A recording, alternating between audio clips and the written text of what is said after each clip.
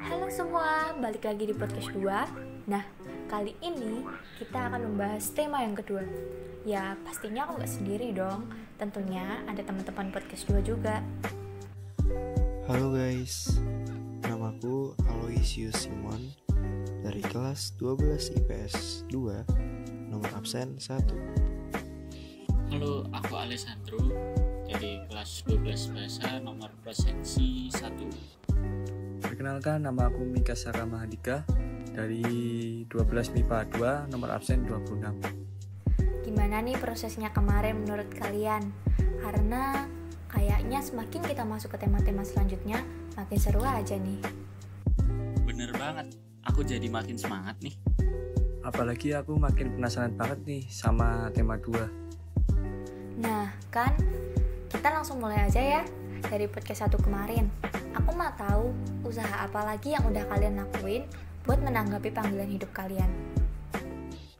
Kalau aku dengan belajar agar bisa diterima di Universitas Impian.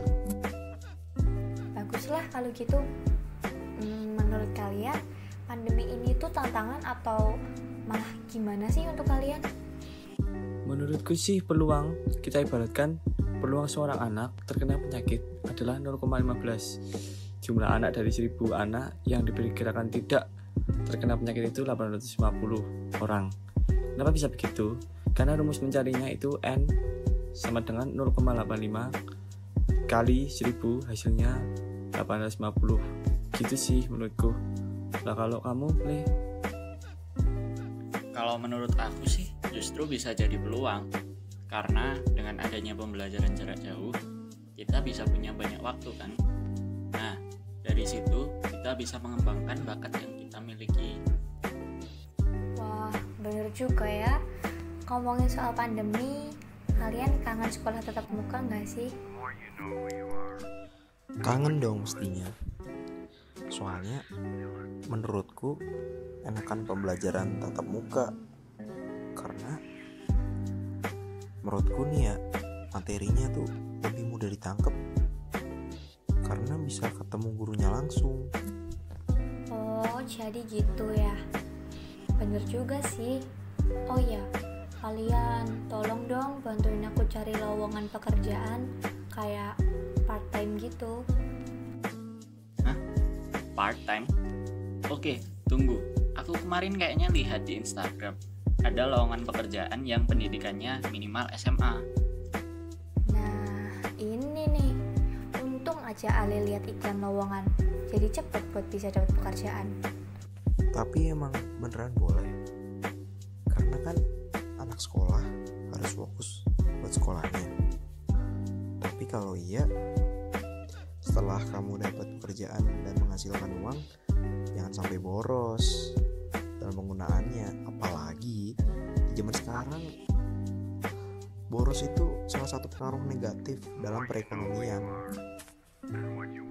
Iya. Tapi itu juga loh positifnya, yaitu dapat memajukan kesejahteraan rakyat dan perekonomian semakin meningkat, terus bisa aja meningkatkan devisa negara. Di masa pandemi kayak gini, pastinya sih sulit buat mencari pekerjaan. Untuk itu, kita dapat menggunakan peluang yang sebaik-baiknya untuk bisa mendapat pekerjaan yang sesuai yang kita harapkan. Untuk melamar pekerjaan, tentunya kita harus membuat surat lamaran pekerjaan. Di dalam surat lamaran pekerjaan, tentunya terdapat unsur-unsur dan kebahasaan yang harus diperhatikan. Dalam surat lamaran pekerjaan, terdapat 3 format tulisan yang dapat digunakan, yaitu full block style atau lurus penuh, block style, lurus, dan semi block style, setengah lurus. Selanjutnya, ada ketentuan penulisan untuk unsur-unsur dalam surat lamaran pekerjaan. Yang pertama, dalam tempat dan tanggal, penulisan surat diawali dengan huruf kapital dan tanggal menggunakan angka, bulan menggunakan huruf, dan tahun ditulis lengkap. Untuk lampiran dan hal, lampiran diisi dengan menggunakan huruf, bukan angka, dan hal diisi dengan kata benda atau nominal, dan diawali dengan huruf kapital tanpa titik. Lalu untuk penulisan alamat surat yang dituju, yaitu pertama menuliskan YTH atau yang terhormat, lalu kata kepada tidak perlu ditulis. Sapaan ibu, bapak, saudara digunakan jika diikuti nama orang dan diawali dengan huruf kapital.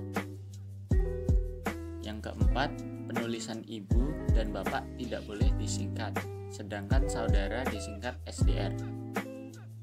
Namun, perusahaan besar, kecil, dan tanpa titik. Nama perusahaan besar, kecil, dan tanpa titik. Kata jalan tidak boleh disingkat.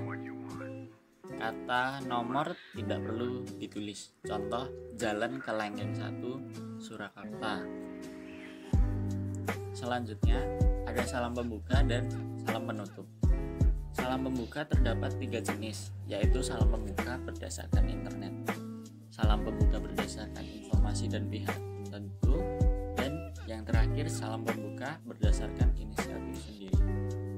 Untuk menuliskan salam pembuka dan salam penutup, salam pembuka dibuka dengan hormat, koma, dan salam penutup dengan hormat saya, koma. Lalu yang terakhir adalah penulisan nama. Nama tidak perlu diberi tanda kurung dan garis bawah.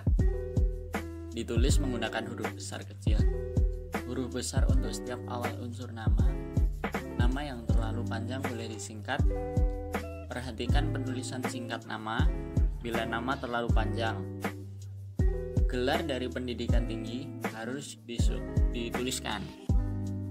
Wih, lengkap banget jelasinnya. Oke deh, kalau gitu besok kalau aku mau buat surat lamaran kerjaan, Ale bantu aku ya. Kalau semisal isinya ada yang kurang bisa langsung dibenerin. Oke. Tapi Rey, kenapa tiba-tiba cari pekerjaan? Ya karena pengen aja nambah pengalaman gitu dan belajar menghasilkan uang sendiri. Iya, ngomong-ngomong soal perekonomian tadi, aku jadi ingat penyimpangan pada masa demokrasi terpimpin dalam bidang ekonomi. Dalam bidang ekonomi, karena dampak dari G30 SPKI yang menghancurkan salah satunya itu perekonomian negara jadi hancur. Pada saat itu, seni-seni kehidupan menjadi lumpuh. Antara rakyat satu sama lain saling mencurigai, dan akhirnya mengganti dasar negara Pancasila menjadi paham komunis. Banyak gerakan massa dengan menuntut dihapuskan dengan tuntutan Trikora. Rakyat tak dilarang untuk memiliki sebuah perusahaan tetap dalam menjalankan perekonomian. Oleh sebab itu, kita juga harus memahami apa saja yang dibutuhkan saat kita menjalankan suatu perekonomian dan bagaimana cara menyeimbangkannya. Nih, ada yang namanya persamaan dasar akuntansi. Kalian udah tahu belum nih tujuannya? Taulah, bertujuan untuk mengenalkan awal pemikiran akuntansi dalam melakukan pencatatan transaksi keuangan perusahaan dan untuk menjaga keseimbangan kestabilan ekonomi. Maka dibutuhkan rumus di dalam persamaan dasar akuntansi, yakni harta yang bisa dibilang tuh aset ya, sama dengan utang atau bisa dibilang kewajiban plus modal atau yang bisa dibilang ekuitas. Nah, itu adalah modal awal kita dalam perhitungan di persamaan dasar akuntansi. Karena mempunyai tujuan yakni agar pencatatan keuangan bisa terbaca sebagai data yang baik dan sudah menjadi syarat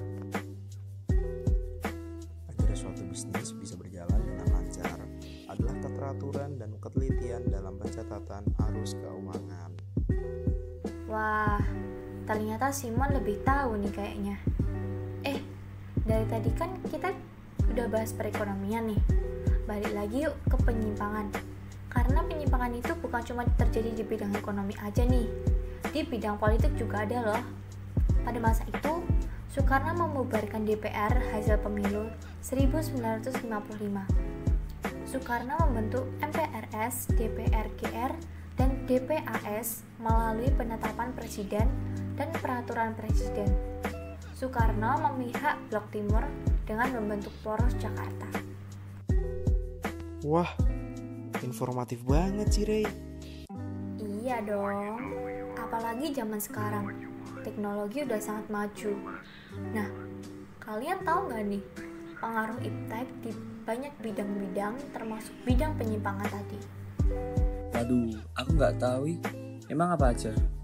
Nah, pengaruhnya itu di bidang politik, di bidang penyimpangan tadi itu meningkatkan hubungan diplomatik antara negara dan mempererat pertemanan antar negara. Jadi, sesama antar negara dapat saling membantu jika ada negara tetangga yang mengalami kesulitan. Terus ada meningkatkan hubungan kerjasama antar negara, meningkatkan komunikasi untuk keperluan politik dengan menggunakan teknologi komunikasi informasi. Dengan gitu, informasi dari negara-negara lain dapat tersebar secara luas dan cepat. Kalau pengaruh negatif iptek dalam bidang politik ada juga nih. Ada timbul ancaman disintegrasi bangsa dan negara yang mengganggu kesejahteraan NKRI. Terus meningkatnya nilai-nilai politik individu, kelompok, oposisi, diktator, mayoritas atau tiraini minoritas. Lalu ada timbul sifat fanatisme, rasial, etnis, dan agama. Wah, pengaruhnya besar juga ya. Iya, tahu gak sih kenapa sampai ada penyimpangan-penyimpangan kayak gitu yang membuat negara ikut terombang-ambing dan sampai dikeluarkannya dekret presiden? Wah, sampai presiden ikut turun tangan langsung. Iya, latar belakangnya dikeluarkannya dekret presiden itu untuk menetapkan UUD baru sebagai pengganti UUDS 1950. Blok terbesar dan beberapa partai nasionalis kecil-kecil, mereka memiliki pandangan yang berbeda-beda dan sulit mencapai titik temu, dan membuat negara terombang-ambing karena landasan konstitusional yang tidak jelas. Akhirnya, Soekarno berinisiatif untuk menyelesaikan masalah tersebut dengan mengeluarkan dekret presiden dan berhasil merumuskan UUD yang diharapkan. Wah, banyak banget ternyata penyimpangan-penyimpangan yang terjadi, yang sekaligus jadi tantangan tuh buat seluruh masyarakat Indonesia termasuk presiden. Bener banget.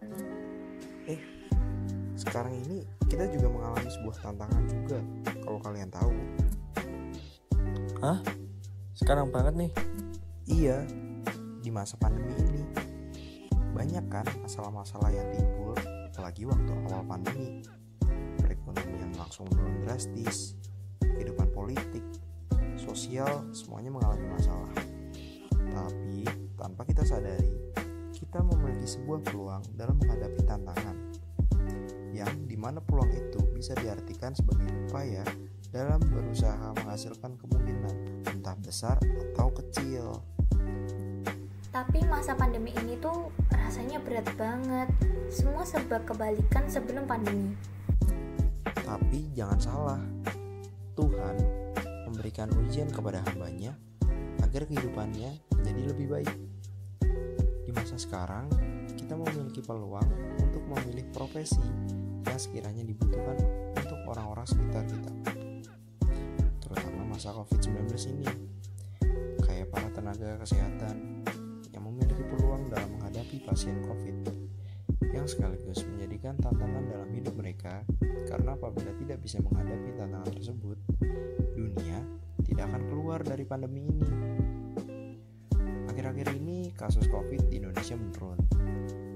Kita jadi memiliki peluang untuk membuat angka kasus semakin menurun. Di antaranya menjaga prokes dan vaksinasi. Sebagai masyarakat, kita tuh juga memiliki peluang untuk membantu dalam menghadapi tantangan dengan cara hidup sehat, dan mungkin dengan kita mengambil profesi yang bisa memecahkan tantangan yang belum terselesaikan, seperti memajukan bangsa dan negara. Contohnya kayak kemarin ada prestasi yang membanggakan di bidang olahraga Indonesia. Grisha atau Apriani dalam laga di Nusa Mori Plaza, Tokyo, memenangkan medali emas pertama untuk ganda putri Indonesia di ajang Olimpiade, yang mulai dipertandingkan sejak Olimpiade 1992 di Barcelona. Emas ini juga merupakan medali emas pertama untuk Indonesia di Olimpiade Tokyo 2020. juga ada gambar dengan caption First Gold Medal Indonesian Badminton.